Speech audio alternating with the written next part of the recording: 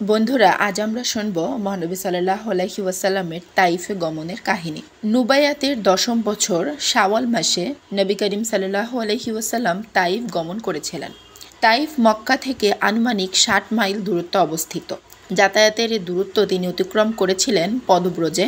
সঙ্গে ছিল তার মুক্ত করা কৃতদাস জায়দ বিন হারিসাহ রাদিয়াল্লাহু তাআলা। তাইফে গমন করে তিনি সাকিফ গোত্রের 3 নেতার সঙ্গে, যারা সকলেই সহোদর ছিলেন, তাদের সঙ্গে সাক্ষাৎ করলেন।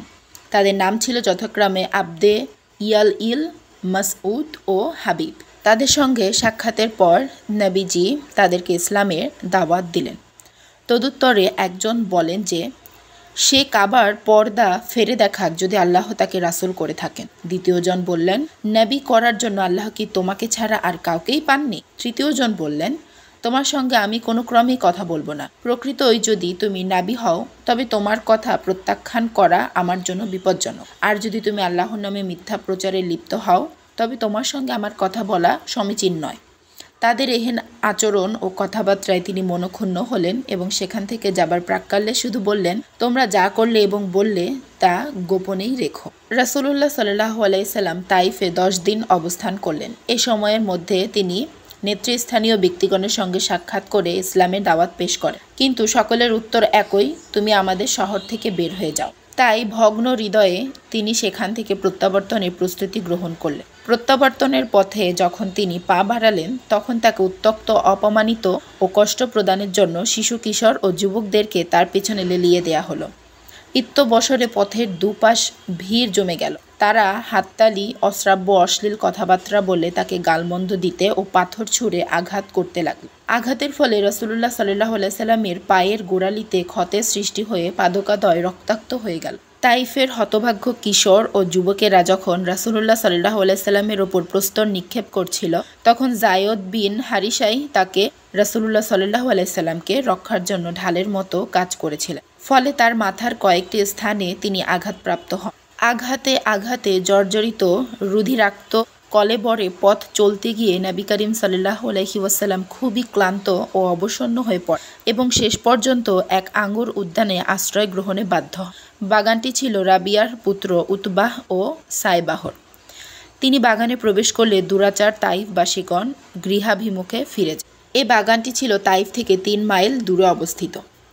বাগানের অভ্যন্তরে প্রবেশ করে নবী করিম সাল্লাল্লাহু আলাইহি সাল্লাম আঙ্গুর গাছের ছায়ায় এক দেয়ালে হেলান দিয়ে বসে পড়লেন। কিছুক্ষণ বিশ্রাম করার ফলে কিছুটা সুস্থতা লাভের পর নবী করিম সাল্লাল্লাহু আলাইহি ওয়াসাল্লাম আল্লাহ তাআলার দরবারে হাত তুলে দোয়া করলেন। তার এই দোয়া দুর্বলদের দোয়া নামে সুপ্রসিদ্ধ। দোয়াটি ছিল, হে আল্লাহ, আমি তোমার নিকট আমার শক্তির দুর্বলতা, অসহায়ত্ব আর মানুষের নিকট স্বীয় মূল্যহীনতার অভিযোগ প্রকাশ করি। ওহে দয়াময় দয়ালু, তুমি দুর্বলদের প্রতিপালক, তুমি আমারও প্রতিপালক। তুমি আমাকে কার নিকট অর্পণ করে, যে আমার সঙ্গে রূঢ় আচরণ করবে, নাকি তুমি আমাকে এমন শত্রুর নিকট ন্যস্ত করেছ যাকে তুমি আমার যাবতীয় বিষয়ের মালিক করে? যদি তুমি আমার প্রতি অসন্তুষ্ট না হও তবে আমার কোনো আফসোস নেই, তবে তোমার ক্ষমা আমার জন্য সম্প্রসারিত কর। আমি তোমার সেই নূরের আশ্রয়ে প্রার্থনা করি যদ্বারা অন্ধকার দূরীভূত হয়ে চতুর্দিক আলোয় উদ্ভাসিত। দুনিয়া ও আখেরাতের যাবতীয় বিষয়াদি তোমার উপর ন্যস্ত। তুমি আমাকে অভিসম্পাত করবে কিংবা ধমক দিবে, তার থেকে তোমার সন্তুষ্টি আমার কাম। তোমার শক্তি ব্যতিরেকে অন্য কোনো শক্তি। এদিকে রাবিয়ার পুত্রগণ যখন মহানবী সাল্লাল্লাহু আলাইহি সাল্লামকে এমন এক দুরবস্থার মধ্যে নিপতিত অবস্থায় দেখতে পেল, তখন তাদের মধ্যে গোত্রীয় চেতনা জাগ্রত হয়ে উঠল। আদ্দাস নামক তাদের এক খ্রিস্টান কৃতদাসের হাতে একগোছা আঙ্গুর তারা নবী করিম সাল্লাল্লাহু আলাইহি সাল্লামের নিকট পাঠিয়ে দিল। সেই কৃতদাসটি যখন আঙ্গুরের গোছাটি রাসূলুল্লাহ সাল্লাল্লাহু আলাইহি সাল্লামের হাতে তুলে দিতে চাইল, তিনি তখন বিসমিল্লাহ বলে হাত বাড়িয়ে তা গ্রহণ করলেন এবং খেতে আরম্ভ করলেন। আদ্দাস বলল, এমন কথা তো কোনো অঞ্চলের মুখে শুনিনি। রাসূলুল্লাহ সাল্লাল্লাহু আলাইহি সাল্লাম বললেন, তুমি কোথায় থাকো, তোমার ধর্ম? সে বলল, আমি খ্রিস্টান ধর্মাবলম্বী এবং নিনাওয়ার বাসিন্দা। নবী করিম সাল্লাল্লাহু আলাইহি ওয়াসাল্লাম বলল, ও তাহলে তুমি সদ্ব্যক্তি ইউনিস বিন মাত্তারের গ্রামে বসবাস করো। সে বলল, আপনি ইউনিস বিন মাত্তাকে কিভাবে চিনলেন? রাসূলুল্লাহ সাল্লাল্লাহু আলাইহি সাল্লাম বলল, তিনি আমার ভাই, তিনি নবী ছিলেন এবং আমিও নবী। এ কথা শুনে আদ্দাস নবী করিম সাল্লাল্লাহু আলাইহি সাল্লামের দিকে ঝুঁকে পড়ল এবং তার মাথা ও হাতে পায়ে চুমু দিল। তারপর তিনি মক্কা অভিমুখে অগ্রসর হওয়ার পথে ওয়াদিয়ে নাখলাহয় অবস্থান করলেন। ওয়াদি নাখলাহয় তিনি যখন কয়েক দিনের জন্য অবস্থান করেছিলেন, সে সময় আল্লাহ তাআলা তার নিকট জিনদের একটি দলকে প্রেরণ করেন, যার উল্লেখ কোরআন মাজিদের দুটি জায়গায় রয়েছে। একটি হলো সূরা আহকাফের আয়াত 29 থেকে 31 এবং অপরটি হলো সূরা আল জিন আয়াত 1 থেকে 15। জিনেদের একটি দল নবী করিম সাল্লাল্লাহু আলাইহি ওয়াসাল্লামের কোরআন মাজিদ তেলাওয়াত শুনে আল্লাহর দ্বীনে সম্মতি জ্ঞাপন করে, অর্থাৎ ইসলাম ধর্ম গ্রহণ করে। এ সাহায্য ও সুসংবাদের মাধ্যমে তাকে তার যত প্রকারের চিন্তাভাবনা, দুঃখ, কষ্ট এবং নৈরাশ্য, তাইফবাসীদের গালিগালাজ, চাটিমারা ও প্রস্তর নিক্ষেপের কালো সবকিছুই মন থেকে মুছে গেল।